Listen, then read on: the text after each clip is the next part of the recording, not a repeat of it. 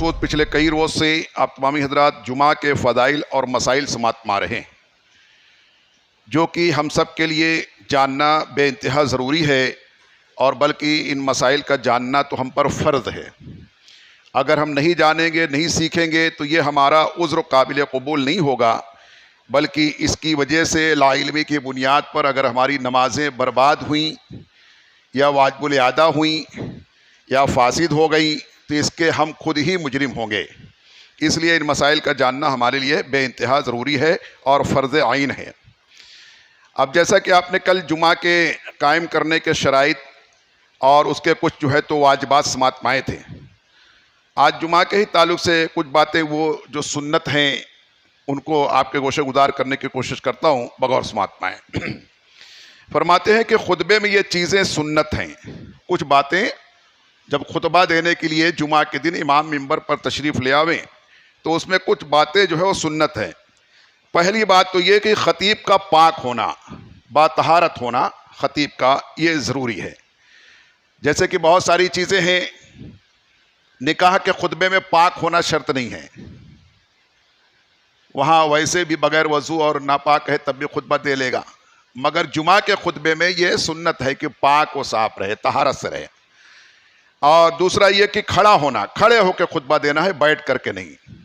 جمعہ کا خطبہ بیٹھ کر کے نہیں بلکہ کھڑے ہو کر کے دینا ہے۔ تیسرا یہ تیسری سنت کہ خطبے سے پہلے خطیب کا بیٹھنا، یہ نہیں کہ ممبر پر آئے اور ڈائریکٹ کھڑے ہو جائے، بلکہ سنت یہ ہے کہ پہلے آ کے ممبر پہ بیٹھ جائے، پھر اذان خطبہ ہو، اس کے بعد کھڑا ہو، اب خطبہ کھڑے ہو کر کے دے۔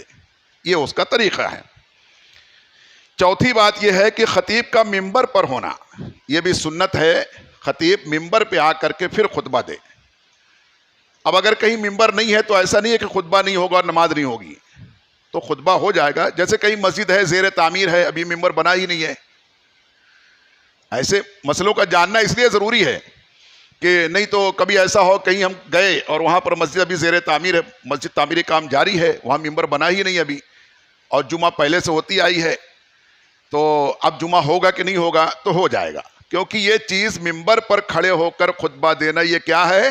سنت ہے، واجب نہیں ہے، فرض نہیں ہے، سنت ہے۔ پھر بھی احتیاط یہ ہے کہ کم از کم 2 اینٹ ہی رکھ لے، اس پہ کھڑا ہو جائے، تھوڑا سا بلندی ہو جائے تو اس کا وقار معلوم پڑے گا۔ یہ سب چیزیں ہیں، ہر چیز کا ایک وقار ہوتا ہے نا، تو یہ خطبے کی بھی اہمیت ہوتی ہے اور خطیب کی بھی اہمیت ہوتی ہے۔ اس طرح سے سامعین کی طرف منہ کرنا، سامعین کی طرف رخ کر کے منہ کر کے خطبہ دینا، یوں جھک کر کے اور ایک دم کتاب میں دیکھتے ہوئے نہیں، بلکہ خطبہ دے رہا ہے نا تو خطیب کا باوقار برعب ہونا اور سامعین کی طرف، پبلک کی طرف تو رخ کر کے خطبہ دینا یہ سنت ہے۔ اور قبلے کی طرف پیٹھ کرنا، قبلے کی طرف پیٹھ ہو اور سامعین کی طرف رخ ہو۔ یہ نہیں کہ کبھی ایسا بھی ہوتا ہے کوئی مسجد بہت چوڑائی میں کم ہے، 2 سب کی لیکن لمبائی بہت ہے، تو یہ نہیں کرنا چاہیے کہ وہ اتر دکھن کہیں شمال جنوب میں ممبر لگا دے اور وہاں کھڑے ہو کر خوب سامنے پبلک ہے سب، ایسا نہیں، بلکہ قبلے کی طرف پیٹھ ہونا چاہیے اور سامعین کی طرف رخ ہونا چاہیے، یہ سنت ہے۔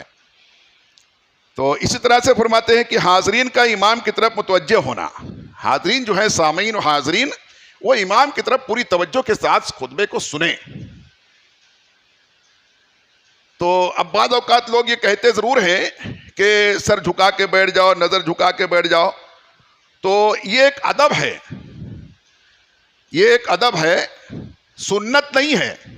سنت یہ ہے کہ خطیب کو دیکھتے رہو اور توجہ کے ساتھ سنو، تاکہ بعد ہوئے کبھی ایسا ہوتا ہے کہ خطیب کو کوئی ضرورت پڑ گئی، اس نے کچھ اشارے سے کہا ہے، جیسے کہ خطیب خطبہ دے رہا ہے، اب اس وقت میں جو آیا اس کو چاہیے کہ جہاں جگہ وہیں بیٹھ جائے، لیکن کوئی بڑا رئیس کبیر آدمی چلا آ رہا ہے، اب وہ سب کو ڈانٹتے پھانتے چلے آ رہا ہے، خطبہ چالو ہے اور گردن پھلانگتے چلے آ رہا ہے، تو خطیب یہاں سے خطبہ بھی دے رہا ہے اور اس طرح سے اشارہ کر کے اس کو اس طرح سے بھی کہہ رہا ہے ایسا، اور خطیب کر سکتا ہے، بلکہ وہ بول بھی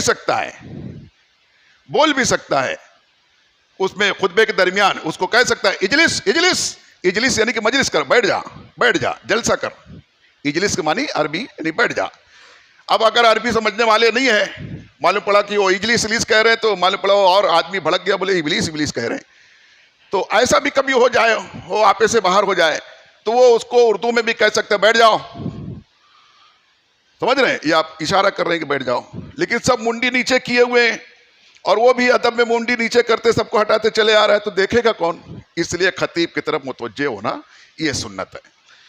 یعنی وہی فرمایا کہ کوئی ایسے ہی ادب سکھاتے ہیں, ارے وہ بڑی تسبیح لے کے ایک دم نیچے منڈی کر کے چلے جا رہے ہیں, گنتے چلے جا رہے ہیں گنتے, اب سامنے کیا ہو رہا ہے, کون جا رہا ہے کون آ رہا ہے ان کو پتہ ہی نہیں کچھ, ہے نا, گنتے گنتے اپنے گھر میں جانے کے بجائے دوسرے گھر میں چلے گئے دروازے میں. تو ایسا یہ اسلام نہیں سکھاتا کہ حضرت فاروق اعظم کے وقت میں ایک شخص جو ہے یوں ہی بڑا صوفیانہ انداز میں ایسا جھک کے چلے جا رہا تھا. تو حضرت فاروق اعظم نے کہا او بندے خدا ادھر آؤ, بلایا اس کو اور بلا کر کے پوچھا کیا تم کو کمر میں کچھ تکلیف ہے؟ کہا نہیں کوئی تکلیف نہیں ہے. بوڑھے ہو بیمار ہو؟ نہیں میں جوان ہوں, بوڑھا نہیں ہوں, بیمار نہیں ہوں, اچھا ہوں. بولے پھر اتنا جھک کے کیوں چل رہے ہو؟ بولے ادب سے جھک کے چل رہے ہیں. یہ فاروق اعظم کے وقت کا دور ہے, یعنی اس وقت کی بات ہے. یہ روایت میں آتا ہے کہ وہ کہتے ہیں ادب, مذہب ادب سکھاتا ہے, ادب سے چل رہے ہیں. بولے ادب کا مطلب یہ نہیں کہ کمر جھکا کے چلو, نہ تم بوڑھے ہو نہ تو اسلام بوڑھا ہے تو کمر جھک کے چلنے کی ضرورت نہیں ہے. نظر جھکا کے چلنے کا حکم ہے, کمر جھکا کے چلنے کے حکم نہیں ہے. تو نظر نیچی رکھو, کمر نیچی مت رکھو. تو کہنے کا مطلب یہ ہے کہ اتنا بھی ادب کیا کہ ٹھوکر لگ جائے. نظر نیچی رکھو, نظر نیچی رکھو, کمر نیچی رکھنے کا نہیں ہے, کمر نیچی رکھ کر کے چلنے کا نہیں ہے. تو فاروق اعظم نے اس کو منع کیا سیدھے چلو, نظر نیچی رکھو, کمر نہیں. تو یہ بھی ضروری ہے. بعض لوگ ادب اتنا ادب سکھا دیتے ہیں کہ آدمی اچھا خاصا جو ہے تو یہ اس ڈپارٹمنٹ کا آدمی دوسرے ڈپارٹمنٹ میں پہنچ جاتا ہے. ایسا بھی کبھی ہو جاتا ہے ہمارے ادب میں, تو ایسا نہیں ہونا چاہیے. اور فرماتے ہیں خطبے سے پہلے اعوذ باللہ آہستہ سے پڑھنا. خطبہ شروع کرنے سے پہلے اعوذ باللہ من الشیطان الرجیم یہ آہستہ پڑھنا. خطیب کو چاہیے کہ آہستہ سے پڑھ لے, اور خطبہ اتنی آواز سے پڑھے کہ لوگ سن سکیں. خطبہ جو ہے اتنی آواز سے پڑھے کہ لوگ سن سکیں. اگر مائک نہیں ہے تو کم از کم قریب کے صف والے جو ہیں وہ سن سکیں, اور مائک ہے تو اس کو بھی اتنا آواز رکھے کہ جتنے سامعین آئے ہیں ان تک آواز پہنچ جائے. یہ خطیب کو چاہیے. ایک دم آہستہ آہستہ من نہیں پڑھے, بلکہ وہ آواز سے, خطیب ہے نا اس کو خطاب کرنا ہے تو بلند آواز سے پڑھے. اور الحمد سے شروع کرے, الحمدللہ اس طرح سے الحمد کہہ کر کے پھر خطبہ شروع کرے. تو یہ چاہیے. اور فرماتے ہیں کہ اللہ عز و جل شانہ کی ثنا بیان کرے, اللہ کی تعریف کرے, بالخصوص پہلے خطبے میں اللہ کی تعریف کرے. الحمدللہ رب العالمین والعاقبۃ للمتقین, اس طریقے سے اللہ تبارک و تعالیٰ کی ثنا بیان کرے. اور فرماتے اللہ تبارک و تعالیٰ کی وحدانیت اور حضور علیہ السلام کی رسالت کی شہادت دینا خطبے میں. خطبے کے درمیان اللہ کی وحدانیت کا بھی ذکر کرے کہ اللہ وحدہ لا شریک ہے, اور نبی علیہ السلام کی جو ہے تو رسالت کا بھی ذکر کرے کہ نبی علیہ السلام تمام نبیوں کے خاتم ہیں, سید الانبیاء ہیں, تمام رسولوں کے خاتم ہیں, آخری نبی ہیں, نبیوں کے امام ہیں. اس طرح سے آپ کی رسالت کا بھی ذکر کرے کہ آپ اللہ کے رسول ہیں. اور حضور علیہ السلام پر درود شریف بھیجے. خطبے کے درمیان کم از کم ایک مرتبہ نبی علیہ السلام پر درود بھی پڑھے, اور کم سے کم ایک آیت کی تلاوت کرنا. دونوں خطبے میں کہیں نہ کہیں موقع نکال کر قرآن شریف کی ایک آیت بھی پڑھے. خطبے میں چاہیے کہ قرآن شریف کی ایک آیت بھی پڑھے. اکثر خطبہ پڑھتے ہی ہیں, اکثر کے تمام ہی پڑھتے ہیں. اب کوئی غلطی کر دے تو خطبہ تو ہو جائے گا, کیونکہ یہ سنت ہے. یہ بات دھیان میں رہے, نہیں تو کبھی نہ پڑھیں. بعض خطبہ تو ایسے ہیں کہ وہی اس آیت کو اپنے خطبے میں پڑھتے, پھر نماز جب پڑھاتے اس میں بھی اس کو پڑھتے ہیں, وہی سورہ اور وہی آیت.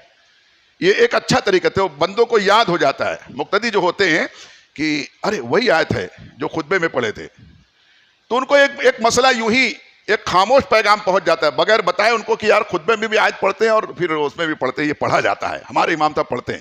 کہیں بات نکلے گی تو اس کو یہ چیز معلومات میں رہے گی. تو بغیر بتائے اس کو اتنا معلومات ہو جائے گی. اور فرماتے ہیں کہ پہلے خطبے میں واعظ و نصیحت کرنا. پہلا خطبہ جو ہے اللہ کی تعریف، نبی کی رسالت، اس کے بعد لوگوں کو واعظ و نصیحت کرنا چاہیے.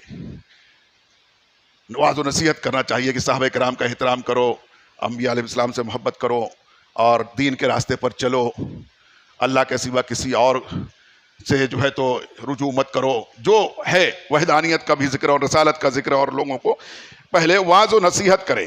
اور دوسرے خطبے میں حمد و ثنا اور شہادت اور درود شریف کا اعادہ کرے. دوسرے خطبے میں اللہ کی حمد کرے، ثنا کرے، اور اس کی گواہی دے، کلمہ شہادت پڑھے یا کسی طریقے سے شہادت بھی دے، اور درود شریف بھی اس کا اعادہ کرے، یعنی دوسری مرتبہ. اور فرماتے ہیں کہ دوسرے خطبے میں مسلمانوں کے لیے دعا بھی کرے. قوم و ملت کے لیے، مسلمانوں کے لیے دوسرے خطبے میں دعا بھی کرے. خطبے میں، حالت خطبے میں عربی میں دعا کریں، اردو میں نہیں، عربی میں. سب عربی میں ہی خطبہ ہونا چاہیے.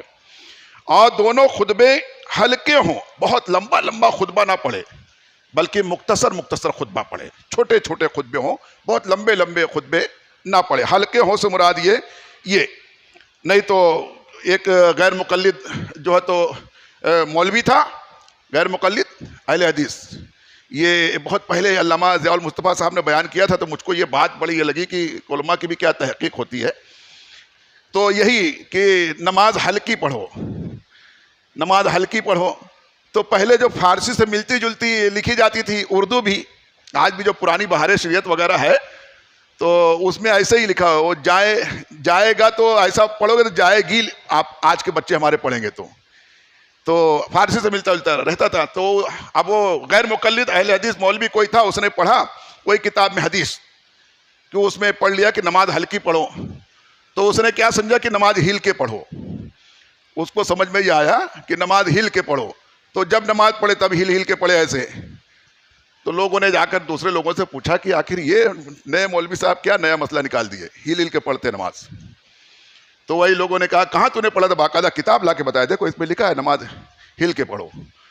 بولے ارے بیوقوف آدمی، یہ ہل کے نہیں، یہ ہلکی ہے، یہ ہلکی پڑھو، چھوٹی چھوٹی سورے پڑھو.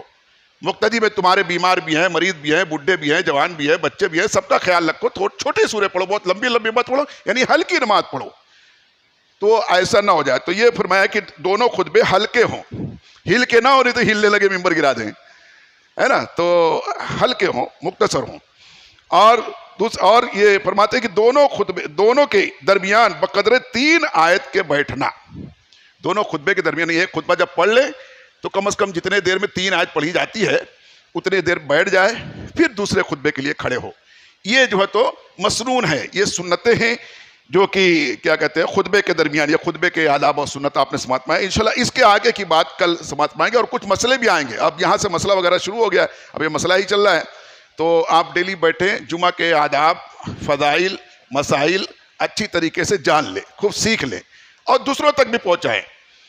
اور میری تو گزارش ہے کہ جو لوگ یہ نیٹ وغیرہ پہ دیکھتے ہیں، یوٹیوب پر، وہ اس کو سبسکرائبر بننا چاہیے، اس کو لائک کریں، شیئر کریں، دوسروں تک پہنچائیں.